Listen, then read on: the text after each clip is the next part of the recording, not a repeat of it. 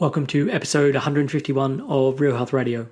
You can find the links talked about as part of this episode at the show notes, which is www.7, so the word all spelled out, SEBEN, health.com/151. Welcome to Real Health Radio. Health advice that's more than just about how you look. And here's your host, Chris Sandel.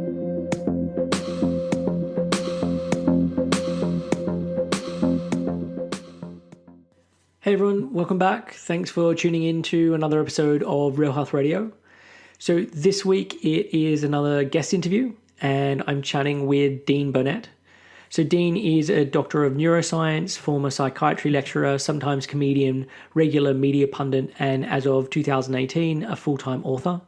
His PhD thesis, completed in 2009, was on the role of the hippocampus in configural learning. His first book, The Idiot Brain, was an international bestseller, having been translated into over 20 languages and counting, and his second book is The Happy Brain. So I became aware of Dean probably about a year ago, and I heard him on a podcast talking about this second book, The Happy Brain, and it was a really great conversation. So one of my earlier episodes of the podcast was called What Does It Mean to Be Happy? It's episode 35, and it's one of my most listened to episodes. And happiness is a topic I've had an interest in for a long while and probably started out more in the self-helpy realm of things, but then moved into things with more research-based, even if they are still in the sort of pop psychology arena. But anyway, after hearing Dean interviewed, I purchased his book and I thoroughly enjoyed it. So I reached out to him to come on the show. So there's a lot that we cover as part of this episode, all connected to what makes us happy. So we talk about how the brain impacts or creates happiness. We cover our homes, our work, social connection, upbringing, so nature versus nurture in creating happiness. We go through the anti-reward system and what this is, and we cover also some of the downsides of happiness and some of the times when having happy employees and everyone happy in a workforce wouldn't actually be something you'd want to work towards. At some point during our conversation, Dean uses dieting as an example for increasing happiness through denying pleasure. Dean doesn't live in the world of intuitive eating and health at every size and dealing with eating disorders and disordered eating that I do. So given the context, it wasn't a great example, but that's not really on Dean because he doesn't live in this world. But I just wanted to mention it in case you're wondering why I didn't say anything. So with the intro out of the way, let's get on with the show. Here is my conversation with Dean Burnett. Hey, Dean, thanks for chatting with me this evening. No problem, Chris. Thank you for having me. Always been nice. So I got in touch with you and you invited you on the show because I read your most recent book, The Happy Brain. And so that's what's going to be the sort of basis for the conversation tonight. But before we dive into that, are you able to give a bit of background on yourself, like a brief bio or educational background or what you've done up until this point? Yeah, bit of an extensive CV in terms of variety. So Dr. Dean Burnett, I'm a 36-year-old currently author from Cardiff. I did my PhD in neuroscience back in 2005, finished 2009, PhD at the Cardiff Psychology School in behavioral neuroscience, the role of the hippocampus in configural memory retrieval. And so after that, so looking for work and things, but I never really had much luck with that because I was an okay neuroscientist. I've never been the best one. I just seem to have a knack for talking about it rather than actually doing it. They say those who can't, etc.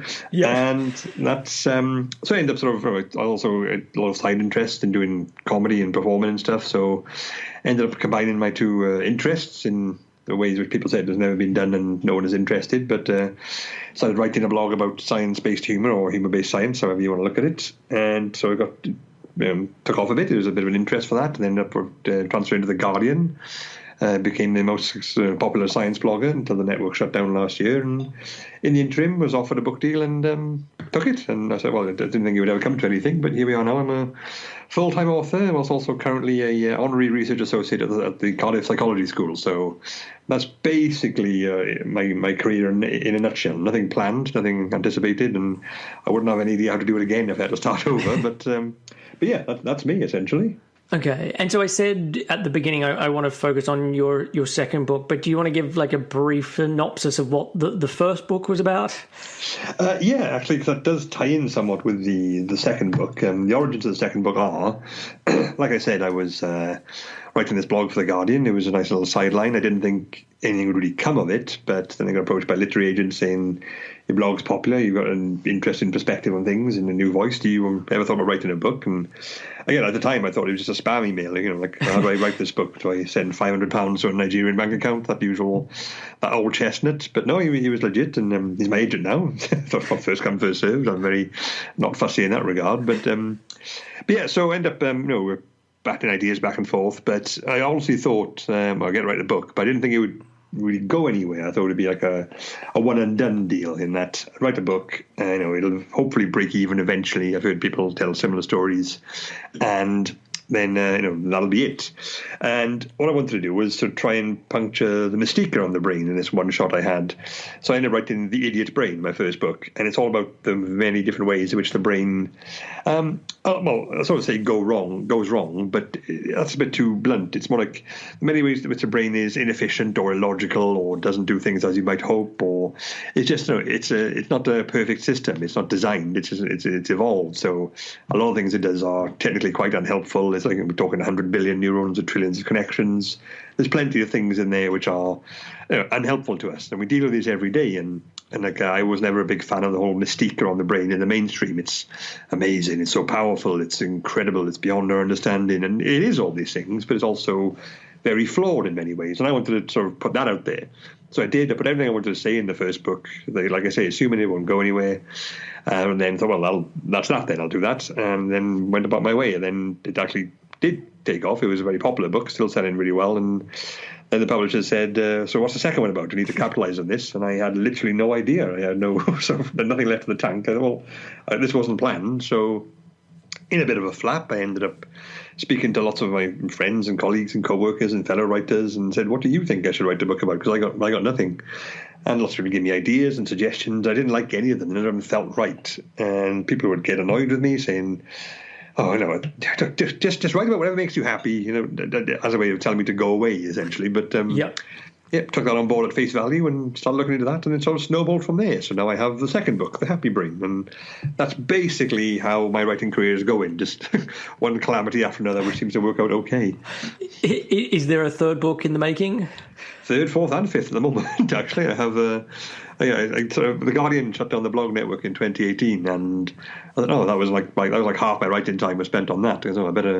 I'd gone freelance then, so that was like my usual income from that sort of stuff. So I better find some more work to fill the gap in the schedule now. And I kind of overshot a bit. I ended up promising to do 3 books at once, and I mean, it hasn't killed me yet, but I haven't finished yet. So okay, 50-50. Yeah, and so let's chat about the Happy Brain. So happiness is one of those rather elusive things to pin down in terms of like what it actually is. So while writing the book, or even now, do you have a definition or a working definition of what happiness is? I sort of put it out there as it's an umbrella term in the stricter sense based on my own research. It's an umbrella term for all the ways in which you can feel good or positive in the mental sense or the psychological sense. And like you say, it's one of those, it's a bizarrely elusive term when you consider how many people just assume they know what it is. And most people will ask people, you know what happiness is? They'll say, yes, of course. But then ask them to define it in actual sentence, like you said, it's a lot trickier. So, yeah, that's my general overview of it, especially when I start looking into it and realize there are so many different ways in which to be happy. And the sheer variety of that suggests there are multiple neurological mechanisms at work. I think the example I use in my talks is that you can be happy by being ecstatic, overjoyed, euphoric. You can be happy by being contented, relaxed, chilled.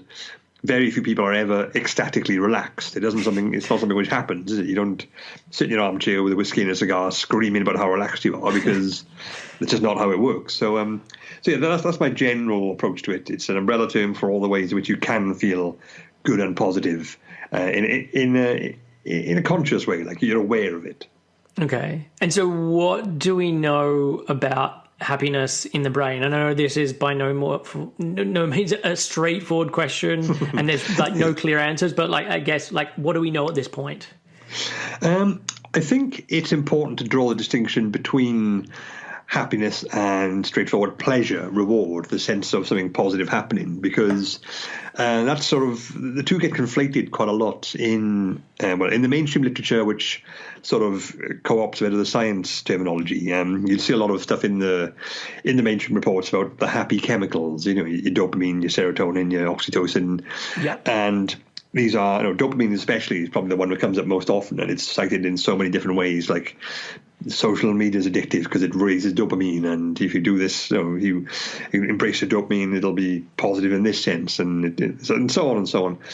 And that's, again, there's a logic to that, because dopamine is the neurotransmitter which allows or provides the functioning of the reward pathway, the part of the brain, the nucleus accumbens connected to the ventral tegmental area, if anyone's particularly wondering, which allows you to basically feel pleasure, the sheer raw sensation of pleasure, which comes from anything positive happening to you which your brain recognizes, such as you're hungry, you eat something sweet, you drink water when you're thirsty, you encounter something really enjoyable, exciting, you have a romantic experience or a sexual one.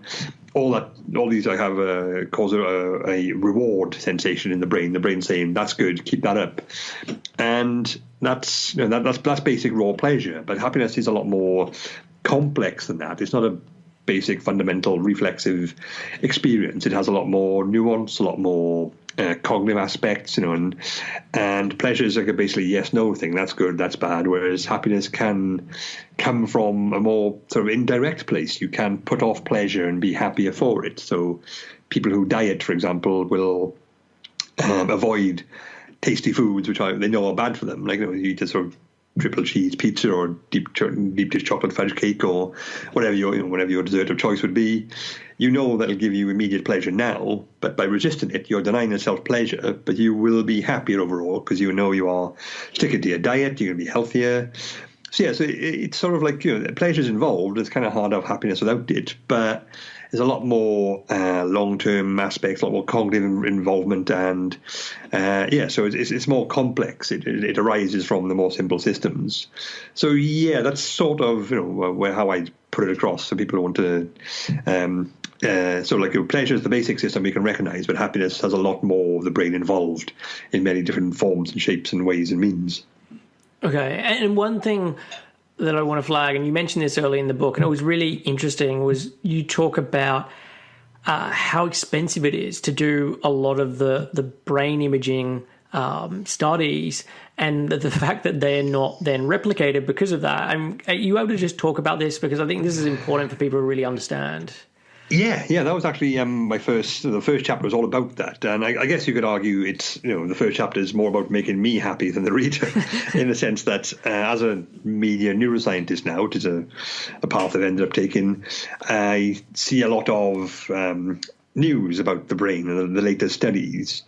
And they are, it's good. It was also good, especially good for my career, in that the brain is becoming a mainstream thing. It's very, it's very popular now. Stories about the brain are easy to share. They get a lot of traction. It's a cool science, neuroscience, in that respect. And despite my best efforts, it remains cool. And but the idea of how the science works is so often distorted and oversimplified and kind of often misinterpreted in the mainstream. So we have brain imaging scanners now, fMRI, PET scanners, and so you seldom go a month without some easily shared bit of online article, something like brain imaging studies show the part of the brain involved in love of cheese, or the part of the brain involved in appreciation of fine arts, or this center of the brain for recognizing babies. And these are all things which are regularly reported, but this idea that you can put someone in a brain scanner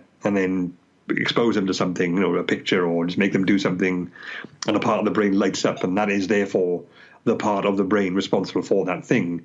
That is, as I say in the book, that's such a very, very, very old school neuroscientific approach. Professor Chris Chambers, my fellow Guardian writer at the time, and also another author and Cardiff neuroscientist, he's a director of neuroimaging in Cardiff. We have a big centre for it, and he sort of called that the era of blobology, where that was the approach. But the idea that you can do that is such a huge oversimplification and a misunderstanding of how brain imaging works. It's so complex. There is so much data to crunch through. When someone's in a scanner, you're not just seeing one part of the brain light up and it's all quiet elsewhere. The brain is constantly lighting up all the time. And how much counts as more than average is a matter of opinion. You put, I say the thresholds here, and someone else to put it a bit lower down, so you get completely different results from the same setup. And so I wanted to sort of show that this idea that you just put someone in a scanner, you can almost literally read their mind, is a huge oversimplification. And it does distort a lot of modern understanding about the brain. And that was something I thought, if I was approaching this this idea of where in the brain is happiness, which is sort of like the initial premise of the book. If I was like someone who wasn't a neuroscientist, that's what I'd do. Was you just put someone in a scanner and make them happy, and then see which part of their brain lights up, and that's where happiness is in the brain, isn't it? And I sort of, again, I will pull back the curtain a little bit. I did present myself as a bit more clueless than I actually am in the first chapter for the sake of the narrative. There's nothing if there's one thing I will sacrifice for a good story, it's my own dignity. I have, I place very little stock in that at the best of times. So it's not a big ask. But I thought I'd present myself as someone who would do that. And then sort of, I had it explained to me why that wouldn't work. And that's something I wanted to get across quite quickly. It's a common thing to have this idea that it's easy to find out which bit of the brain does what. And it's not. We're only just barely scratching the surface of that. And the modern tech we have to do so is brilliant. It's groundbreaking. It's extremely useful. But it's by no means a magic bullet. It's not some sort of Rosetta Stone of brainwaves. It is an incredibly complex, demanding, sophisticated, expensive process. And like you say, it's very expensive. And a lot of the people who run these studies, which get mainstream traction, are not necessarily research institutes. They are companies. Like things like this part of the brain lights up in response to Facebook, or this part of the brain makes you like Apple products. And you find that they are marketing companies who are just trying to run this experiment to gain some media traction and credibility, and sadly it works. And I wanted to try and do something about that before I embarked on a more widespread and encompassing journey. And so with some of the things you said there, I mean, is the expense coming down? Like if we go forward, I don't know, 5 years or 10 years, is it going to be pretty cheap to put someone in an fMRI, like the same as maybe not just giving an X-ray, but is it kind of heading in that direction? Well, I guess hospitals do use fMRIs MRIs like they do X-rays to a certain extent. In that, I think it's the machine itself is, once you've paid for it, it's not self-sustaining, but each individual scan is nowhere near as expensive as the device itself. But we're talking about a room-sized magnetic field generating a super generator, and these things are incredibly powerful. Like if you ever had an MRI scan or fMRI, you can't take any metal into the room, because you can see videos of it on YouTube. If you have a bit of metal in a room and turn the fMRI on, it'll fly across the room towards the magnet in the machine. It's like that's the speed of a bullet, essentially. Like if you have an office chair, it'll fly across the room with enough force and speed to crush a skull quite easily. And it also heats metal up. So if you have metal on your person, like piercing, that's going to be agonizing to have that either ripped out or set on fire. And that's not good. People don't like that sort of thing at the best of times. But the technology, it's kind of hard to say, because it's not, it may become cheaper in terms of we may have better software to analyze the data and to monitor the activity, but a lot of the expense involved is like in the construction and the running of them. Like these magnets are super cooled, for example. They need liquid helium around them to make them work. And obviously helium's actually becoming a bit scarce these days. We've kind of tapped out the resources we have for it, and they're finding ways around that. Other alternatives or like different systems to narrow the demand for that sort of thing. And as the technology progresses, we could have different and better ways of doing this. But at the moment, it's more of a physical thing rather than a software thing. And they are expensive to run, and they take a lot of power, and you need a trained technician to monitor them at all times. So they might come down a little bit, but I think they'll still be quite pricey for the foreseeable, barring some massive technological breakthrough, which is always possible. Okay. And so with happiness, like it can be generated from many different activities or circumstances. I guess despite the wide range of potential drivers, are there key themes that link them? Yeah, lots of different things. I think the one constant I kept coming back to when I've gone through all the data is the importance, which I wasn't surprised about, but I was surprised at how much how big a part it plays.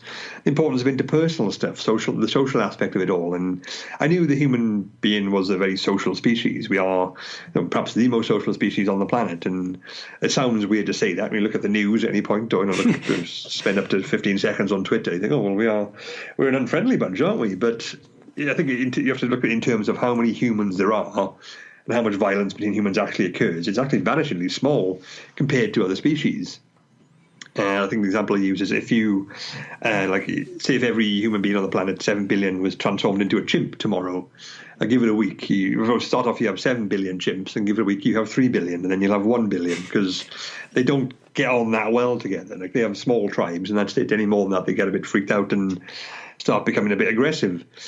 And that's true of many other species, apart from you've got your herd animals, but as some research I showed, herd animals aren't necessarily friendly. It's just safety in numbers. So if they're being chased by a predator, they all try and squeeze towards the middle to let the other guy get eaten. And that's not exactly friendly. That's just survival instinct. So we are a very social species, and that seems to be one of the main theories as to why we have such big brains in the first place, because we're so social that the human tribes took over from the usual evolutionary selective pressures, which shaped our evolution, like fearing predators or hunting prey, or avoiding camouflage, or impressing mates with your big antlers or your huge feathers and stuff. Those no longer applied when you're part of the human tribe, because the tribe takes care of all that. It gets rid of predators, it feeds you and looks after you. And there are mates everywhere. They won't necessarily have sex with you, but that's finding them is half the battle for a lot of species. And as a result, the more social pressures shape their evolution, the ability to be most influential, to maintain the most relationships, to interact more richly and comprehensively. And these are all things which require bigger brains and more brain power. And that's arguably the reason we have them in the first place, to shape their evolution in that direction. But then that would mean that the brain's evolution was shaped by socialization. There's going to be lots of bits of it which are social in nature. And that does seem to be the case. There are, we are so empathetic. We experience empathy. If someone else around us is happy, we'll tend to be happier as well. If someone around us is laughing, we're more likely to laugh. Some estimates show that we are 30 times more likely to laugh as part of a group than when on our own, when exposed to the same stimulus. And we laugh as part of a group with things that aren't funny necessarily, not objectively so. And a friend says to you, do you remember so-and-so from school? And you just laugh. Yeah, I remember them. They haven't said anything which warrants a laugh other than triggering a shared memory. So yeah, I think there was one constant theme was that so much of what makes us happy involves our interactions with other people in some way, shape or form. And I think that's often overlooked perhaps in terms of, we want to be liked, we want to be looked up to, we want to be happy ourselves, but so much of our lives involves someone else in some capacity. And that's a more key part than I think most people would recognize. And with that, are we, I don't know if you've seen any research on this, but are we getting happier at the population level? Like if we compared, 30 years ago or 50 years ago, is there any trends that you've seen on that? I think because when it comes to population things, it's kind of so hard to say because there are so many factors at work. And I mean, I just sort of finished the last chapter of the book, and I was telling someone about it, and they said, "So, how did you work in the international happiness surveys?" And one of those almost screaming meltdown moments, like I completely forgot all about those things. Where they survey each country and put in measure their happiness levels. But when I found, I went to look those up, see if I had time to put them in. They pretty much covered what I'd already discovered as being the main key things about happiness. So, but again, in terms of population densities, I mean, you could argue that the more people around us, the happier we'd be. But it's not quite like that. I mean, the chapter I did about fame and other people around us, we do like other people around us. We like to be valued, we like to be respected, we like to be looked up to, we like to be appreciated, we like to be acknowledged. But it doesn't seem to be, if it's just not that surface level stuff, it seems to be quite fleeting. For example, in the book I talked to Charlotte Church, the Welsh singer-songwriter, and was a child celebrity, internationally famous at age 12. And I sort of want to know, like, did that make you happy, being that famous, that young? And like I said, it did, but only indirectly. That she got to travel, she got to meet lots of other celebrities, she got to meet famous people. The money was nice, of course, but the whole experience itself didn't necessarily make her happy. What she wanted was the approval of her friends and peers back home, which is why she ended up changing her music style. She was always a classical singer, folk operatic singer, and she started doing pop. Didn't especially have any burning desire to be a pop star. She just wanted something her friends could relate to, and that it's quite telling, I thought. It's nice to think of other people like us en masse as like a part of a faceless mob, just screaming our name in appreciation. But in the long term, it seems that the more qualitative relationships are the ones we aspire to more. Like the whole thing about you find someone to love, someone to be with, that special someone, and then you're supposed to live happily ever after, which is a whole other thing. So yeah, so again, I've not noticed any particular increases in happiness of the population, but then you have to take in, there's so many other factors too, like economic things come to the fore as well, and also now we have social media, which completely changes the ball game altogether. So I've not noticed that, but I think if it was just in terms of the other people around us, you might see it, but there's too much else going on, too much other things going on to really sort of point at any particular factor which is playing a huge part. Okay.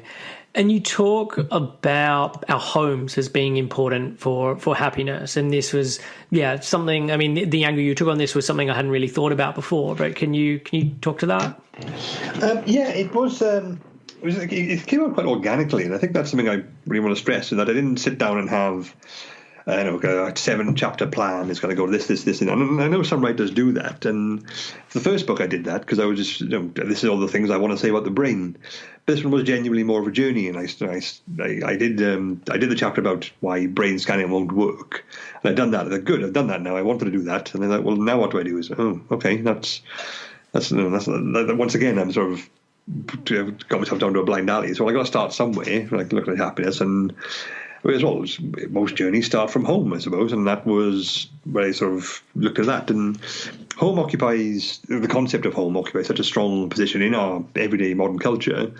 I think the home is where the heart is. There's no place like home. Home, sweet home. These are all phrases which we all know, and they do resonate and show that we associate home with being happy, a sense of happiness, and like the concept of homesickness. Apparently, it's a genuine thing in psychological circles. It's a genuine thing in psychological circles. Some people argue that it's an evolved thing to discourage vulnerable humans back in the olden ancestral times, to discourage them from wandering too far from the safety of the tribe, and you can sort of see how that might come about. But it goes more than that. Like the part I was intrigued about first was this idea that home makes us happy, but there's also the brain has this neurological process of habituation, whereby anything which is too familiar and doesn't really signify anything's going to happen, the brain grows used to it and starts to ignore it. So if you hear like Pavlov's dogs is the obvious example. That's the first and most well documented example of it. In that if you expose an animal to a sound, like a tone, and again, and it never means anything, then they will stop responding to it. Whereas if you pair it with something like food or a reward, then they will respond to it because the brain knows that this means something good. And I was wondering why homes would make us happy, because out of all the things in our lives, they are perhaps the most familiar. We spend most of our waking hours there and pretty much all of our sleeping ones in our home. So why would they make us happy? Shouldn't we just completely, just accept that they're there, use them as a useful tool, but ignore them otherwise? But we don't. We actually, we respond to them. We sort of find them comforting. We put a lot of time and effort into them, and part of that's because it provides a sense of safety too. There's the reward pathway of the brain, but there's also the threat detection system, which flags up whenever something dangerous or uncertain is in our environment, which could be a threat, and causes like the low-level fear or stress response. And anything which quietens that down also makes us happy by making us as least stressed as possible and making us content and calm and chilled. And home is our perhaps the most safe environment, because what essentially is happening is your brain's looking around your home and thinking, I've been here many, many, many, many, many, many, many times, and I've never died, and that's good, and I want to keep that up. And that's essentially what I think that was where that came from. So your home is like a safe place where your brain can sort of de-stress and untangle, but it's also, we spend so much time and effort on it. We put a lot of ourselves into it. It becomes a big part of our identity. Like your home is where the heart is. Like, sort of suggest that this is my home. This is me. This place. Like these are my decorations. These are my utensils. These are my possessions. These are my decorations. This is my life. I put my life here on display, and it becomes a part of you, because our identities are very fluid thing, and it's based on so many things which are outside of us, like the people we identify with, the people we hang around with, our lives, our work, the groups we join. But our home is also a big part of who we are, how we identify ourselves, and that if it's good, then that makes us feel happy as well. So our homes affect us on multiple levels, from the very basic to the most cerebral, but it seems to be there up and down the workings of the brain. Yeah, and I think it was the fact that you mentioned about it's the safe place where you can do all your sort of biological functions that I really hadn't thought about. But the part also where you talked about like place identity, and the place can be your home, but it also can be your wider community. And given obviously everything that's going on with Brexit, it made me think about that and how people can identify as their place at home and fear that changing because of potentially other people moving in and other types of people moving in. Yeah, it's a big thing. Like, I mean, I think I mentioned that it's quite intriguing that in the wild some animals have a habitat or terrain where they'll wander around it. This is right, like elephants and like wildebeest and stuff. They'll just wander around this specific area, and that's home to them. But they have no particular issue with other wildebeest or anyone wandering around too. They just like nod at each other, go morning, that sort of thing, just walking past. Whereas your more predatory animals like tigers, they have territory. Like this is my space. Any other tiger comes across this space, it's gonna end badly for all concerned, because like they protect their territory. And humans sort of seem to have a bit of a mix of both. Like we can share our house with random flatmates. We can share our streets with complete strangers. We live in cities which are more densely populated than the most oversubscribed insect colonies. Like we are very, very social in that respect. But we also have our turf, our domain, and we know anyone who doesn't conform to our idea of who belongs here does get a little bit short shrift. And yeah, I think a lot of that comes from, I think humans evolved as part of big tribes, and that pushes in that direction. But when you're a human tribe in the wild, you sort of completely tame the nearest predators and can feed yourselves and so on. The most obvious and most tangible threat to you and your existence is another tribe vying for your space and your possessions and your resources. So like we also have this fear of the outsider a lot of the time. This in-group and out-group stuff. It's a well-known phenomenon in social psychology, in that this is how things should be. This is my group. This is my people. This is how things are. And other people who aren't part of that, trigger a sort of threat response. And again, it's a basic urge. It's a basic primitive reflex, and it's something we can overcome and regularly do. But when it comes to like more gung-ho, jingoism, patriotism, that sort of makes that more, it amplifies that reflex, that response, and makes it okay. And that's where you end up getting in trouble, like we have in a lot of lately. So yeah, so it's a very complex thing. And I think at some point, maybe the penultimate chapter, I did sort of flag that up and saying, thus far I've looked at all the nice stuff, our homes make us happy, work makes us happy, friends make us happy, blah, blah, blah. It's all very positive, but there are plenty of things which aren't objectively very nice that we do and enjoy and do make us happy. People like to win. I mean, like that's perfectly logical, and I don't think a statement is very hard to argue with. But when you win, somebody has to lose, And that's something which, a lot of people seem to overlook a lot of, like, I want to be the best at this, I want to be the best at that, that'll make me happy. Fine, that's fair enough, as an ambition goes, that's perfectly logical, but for you to be the best, that means nobody else can be the best. For you to marry the world's most beautiful woman or man, that means nobody else can do that. And if anyone else has the same goal as you, then they have to be denied for you to succeed. And that's another part of the human condition. We are hierarchical, we're territorial, and we don't necessarily, not all happiness is tied to other people being happy as well. And that's something which is probably worth keeping an eye on. Yeah. And just in terms of the sort of that animosity towards the out-group, it was interesting to hear you talk about that a lot of the drive for that, or at least part of the drive for that, is oxytocin. The hormone that people talk about is this bonding hormone, this loving hormone, which is, talked about as like the love hormone. And yet it's the thing that can be so crucial as part of that animosity. Yeah, it's a bonding hormone, I suppose. I mean, that's some way to look at it. It enhances existing bonds, emotional bonds, and they aren't necessarily going to be healthy or positive bonds. There's some evidence suggests. I mean, the evidence isn't completely concrete, and it does have some flaws. But just that, if you don't like someone, if you have a sort of prejudice towards someone, take some oxytocin, you will be more prejudiced towards them. But it, even if that's not the case, like if you, like that study I referenced, which I always find quite intriguing, where men in relationships were given oxytocin and then in a social situation with their partners where other single women were wandering around, they stuck closer to their romantic partners. Like they were a bit more protective of them, or a bit more, possessive of them. I just wanted to make sure like their bond was as visible as possible, which is nice. It's like a nice romantic thing to think about, but there's that thing of like that possession, isn't it? Like I want to stay close. I want to make sure there's no risk to my relationship, but I will defend it. And when you defend it, you are looking for threats. And so if you become more tightly bonded to those around you, those you value, those you care about, that's all good, in isolation. But if that means I care more about these people, so I will happily attack these other people who are coming along, then that leads to less good things. So.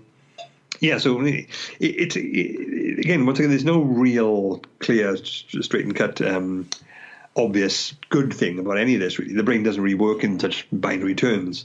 But there are everything which can make us happy can potentially make someone else unhappy, and that's something to be aware of. Yeah. And so, what about like work and happiness? Like, what do we know about how work makes us happy, or what components of work make us happy? That was an interesting one, because obviously when I sort of came from finding out all this about home, and then I realized, well, homes do make us happy, but we don't necessarily choose, model our life around where our home is. We choose a home based on normally where our work is, which suggests that work has a priority over where our home is. Especially in the academic field, people move from city to city all the time. They have to just follow where the grants are, and that's it's a stressful existence for many people, but people are willing to do it, so they don't set up home anywhere, which is, which has its downsides, obviously. So there was a lot of, look at this. So work has a clear dominance in our life in many ways.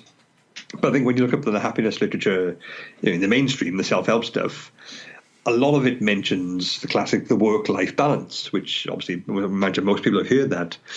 And that term always struck me as an interesting one, because from a scientific perspective, you've got this equation, this work-life balance. So taking the words at absolute face value, on one side of the equation, you've got life, which is your life and everything in it. On the other side, you've got work, which is therefore logically not life. And I said, well, based on that logic, that means work is a state of waking death. And again, I've said this so many times, and so many people have gone, yep.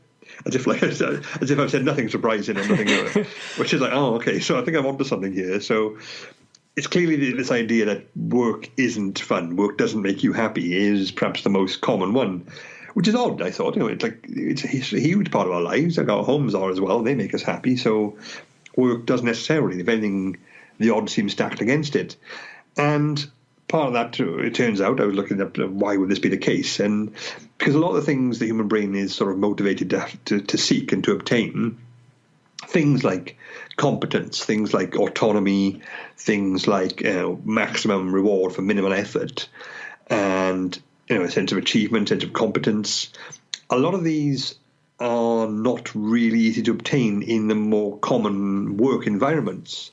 Like they've done loads of studies about which jobs make you happiest, quote unquote. And the ones that score generally very highly are things like doctors, engineers, teachers. A lot of these from before, pre-austerity and when things weren't quite as bleak as they are now. But those are the ones that always scored quite highly. And part of it's because they can be very well paid or very reliable work. You always need teachers and so on. But there's a lot of things involved. They provide a lot of sense of autonomy. Like teachers are generally in charge of their environment. Engineers have valuable skills and are put in charge of things. Doctors get to make incredible decisions every day. And there's a sense of reward and consequences for your decisions. Like doctors get to save lives. So like I did this, and therefore there's a result. A live-in patient, brilliant.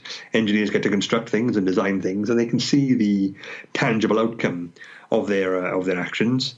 And gardeners score quite highly as well, apparently, and that's a similar thing. Like gardeners, they're left to their own devices. They can do things in their own pace, and they can see genuine, tangible results of what they're doing. But you think of like work these days, you think more like offices and maybe like call centers, shop floors and stuff. And these things don't necessarily allow for that. If you're like in a call center, especially, I mean, loads of people complain about these things. Your bathroom breaks are monitored. You get 5 minutes. You have 10 minutes to answer this call. That's all you've got. And you can spend like 20 hours solid on the phone and have like a few scores on a sales sheet to look for it. But that doesn't mean anything to you. So you put all this time and effort into something, and you've got no real sense of achievement or reward or benefit from it, that'll stress your brain out. Your brain does not like that. You think, I put all this effort into it and I got literally nothing to show for it. That's bad. Or you spend like 8 months on a project in a sort of big company, and then some new boss comes in and says, okay, scrap that, we're starting something new because I want to do this.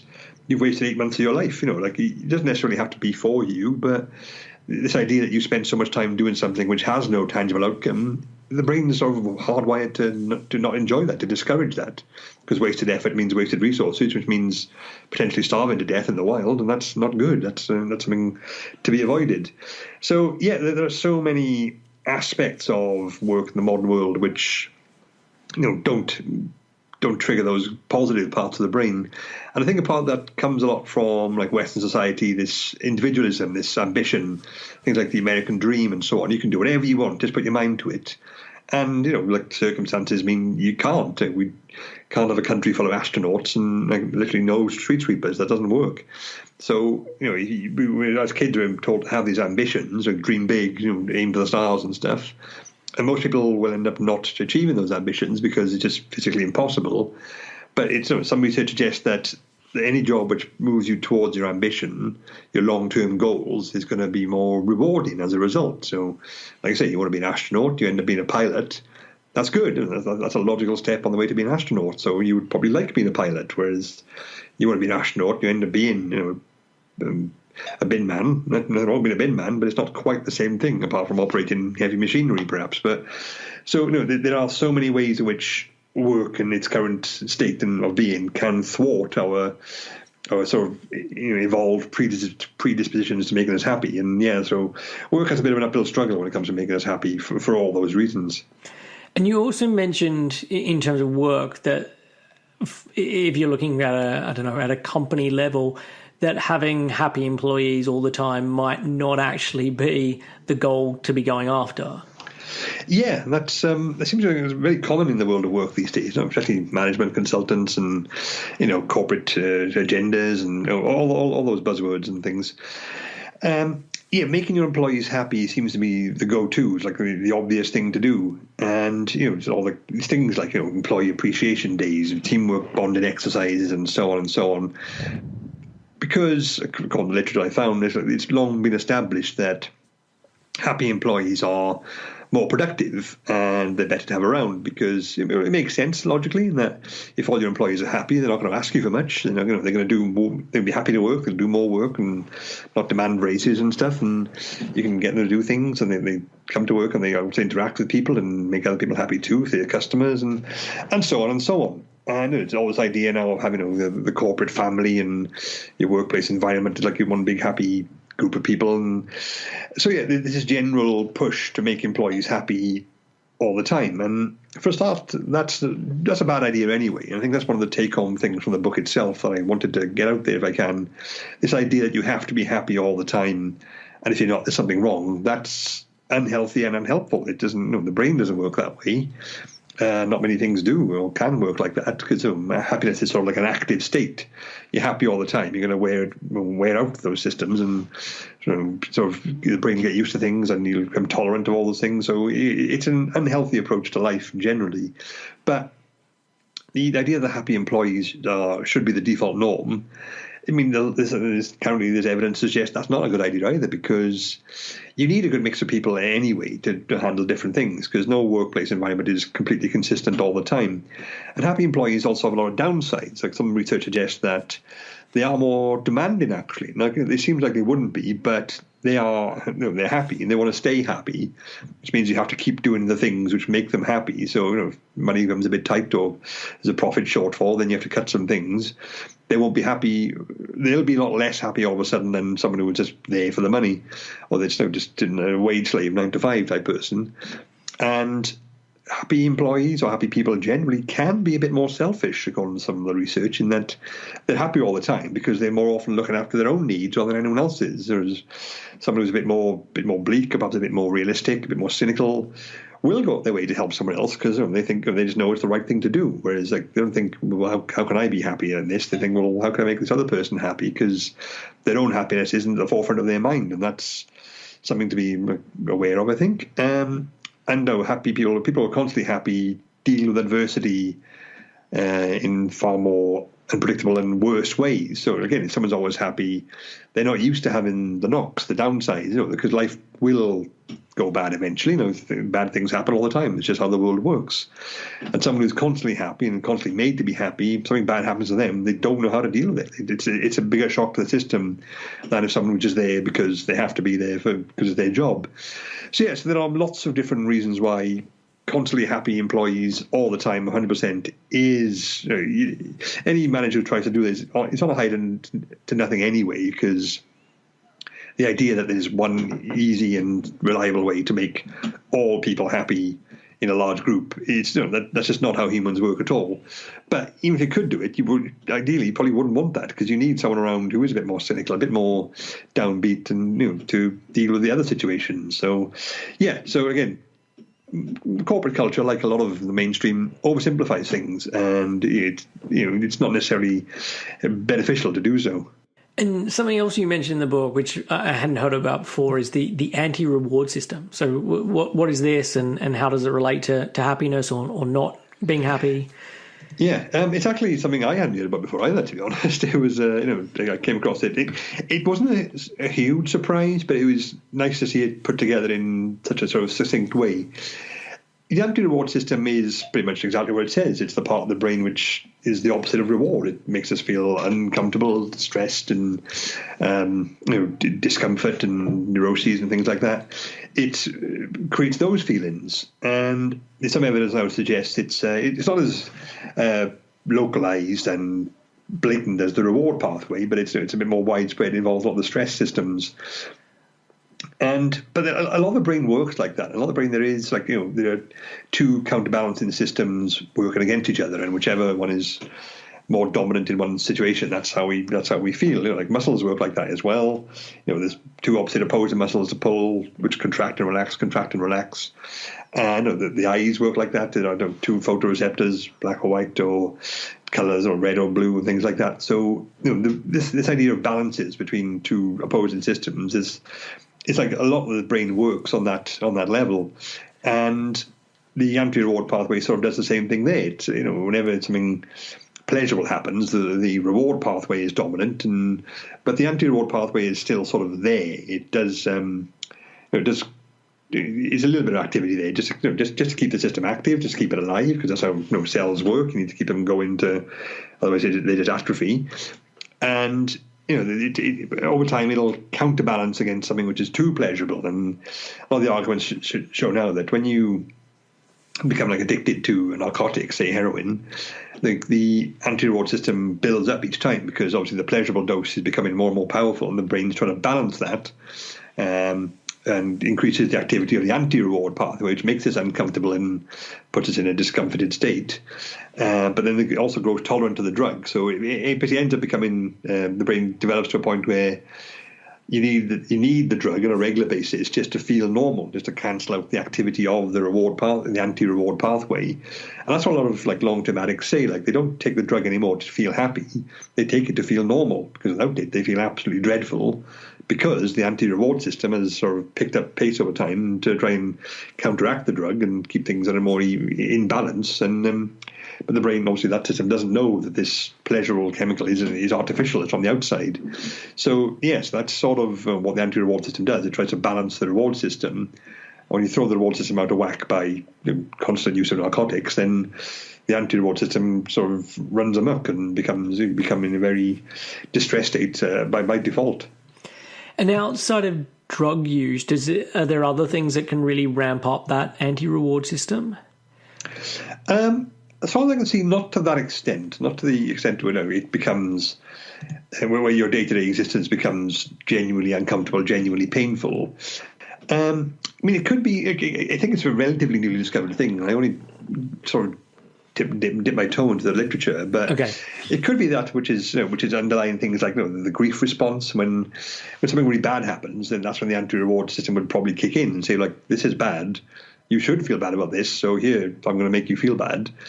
And, things like you can have the pathological grief reflex, for example, when several months later, if you've lost someone, you're still not coping, you're still not moving on, then that suggests there is something got amiss there. And I mean, it could be the case that is an overactive anti-reward pathway, just keeping you at this baseline discomforted level, and is preventing you from moving on beyond that.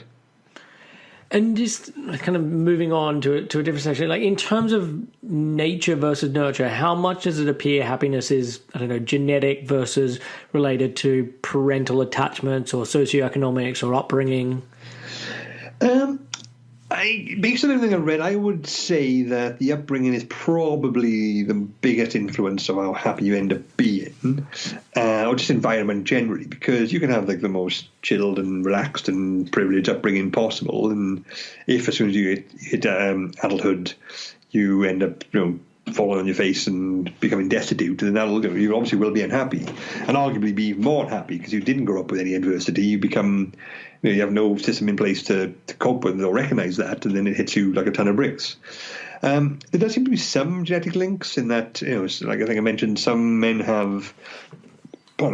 research suggests that certain men have like a sort of a low sensitivity to vasopressin, which is the male equivalent of oxytocin. So they have more difficulty in forming long-term, pleasurable bonds with a romantic partner. So, like the thing, reference I make is that whole thing about some men just afraid of commitment as a genetic basis, which is interesting to think about. And there are some studies which show that people who are more into thrill-seeking and sensation-seeking, they seem to have lower receptors, like for certain chemicals in their reward pathway. So there would be a genetic thing, which means like their reward pathway is possibly less sensitive to stimulus than your average person. So they need more sensation to achieve a similar level of pleasure / happiness than the rest of us would. So they become more compelled to do risky things, and some things the rest of us would shy away from, like extreme sports.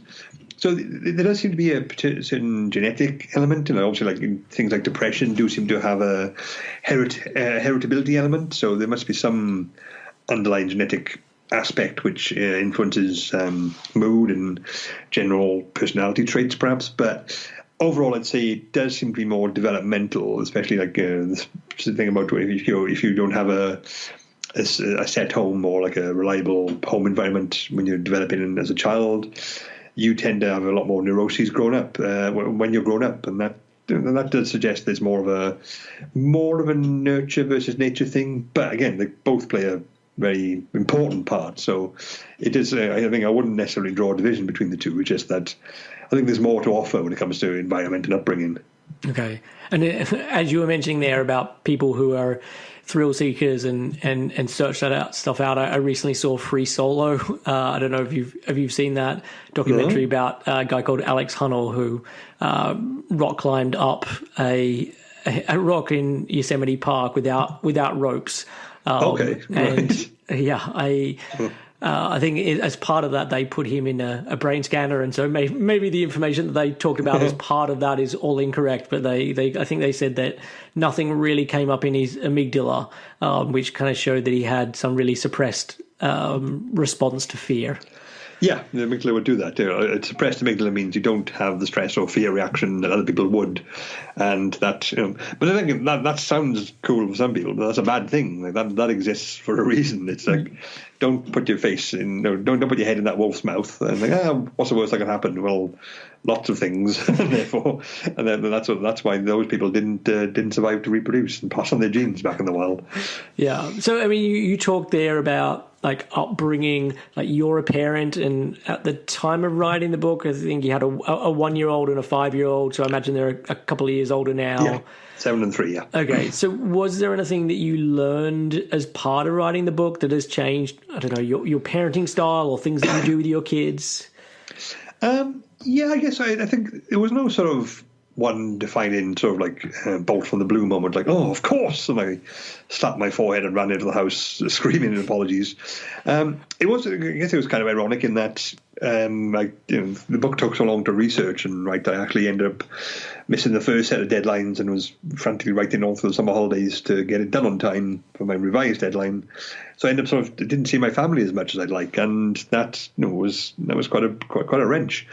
I think I sort of made me realize, I'm writing about happiness here, and that's something that's making me unhappy, and I should take account of that. So I don't do that so much now. I think the work is, I do enjoy my work. It's very important. It's a tremendous privilege to be able to say I am someone who writes for a living and is rewarded for it financially and by public support and so on. So that's I never doubt that. I always appreciate that, but I don't prioritize it as much as I did because I thought, well, I could do that. I could spend all my waking hours writing, and not see my family, but then I would not be any happier. I just, I think I'd be missing the wood for the trees, as it was. Like the whole point of me doing this, of giving up my regular day job and doing this, is so I could spend more time with them and be a more present father. And I try to remain more conscious of that now. So I'm saying no a lot more, essentially. I'm saying no a lot more to work, which I would normally have agreed to and like to have done,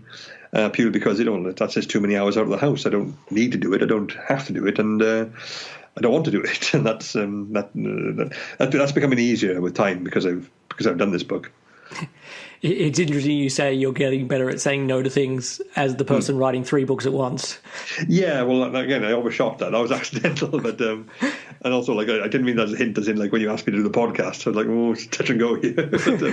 but no, these are things I can do at home and do at home. So my office is in my garden. I'm in a sort of little cabin here I've got to the bottom, which I've installed so basically so I could let the kids out of the house and they wouldn't disturb me. But when it comes to, will you come to York? Will you come to Newcastle to do a 20-minute talk for 50 quid? Well, no. I mean, I have nothing against your campaign, your agenda, your project. I would normally be happy to support it if you were nearby, but I don't now have to or don't want to spend many hours out of the house driving myself somewhere to do someone else a favour, essentially. And that's become a big help to me. I was always so eager to please, and still am in many ways, but I'm far more confident to say, that's nothing personal, but I don't have anything to gain from doing this. I have a lot to lose, so no, thank you. Unless it's for a good cause or something, in which case I'm happy to do that.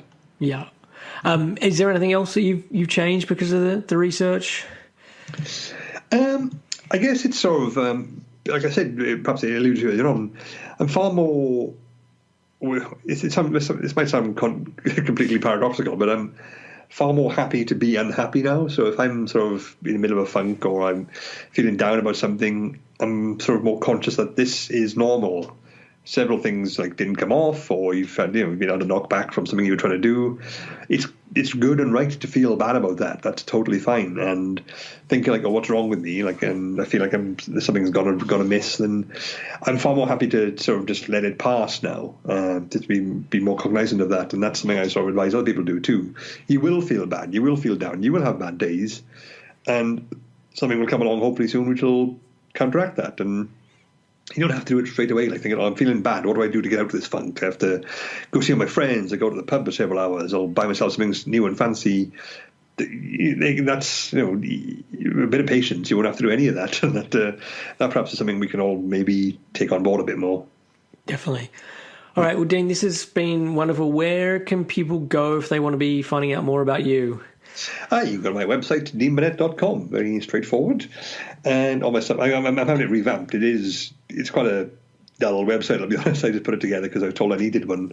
So, it was just an amateur job, but I'm getting a full revamp of that. But yeah, that's my website. It's got my links on there to books and articles and stuff. But if you want to be my podcast and blogs, go to the Cosmic Shambles Network and look for Dean Burnett or Brain Yapping, my new my current platform. Perfect. Well, look, I will put all those links in the show notes. Thank you so much for coming on the show. This is awesome. Well, thanks for having me. It's been fun. Thanks for listening to Real Health Radio. If you are interested in more details, you can find them at the 7 Health website. That's www.7health.com.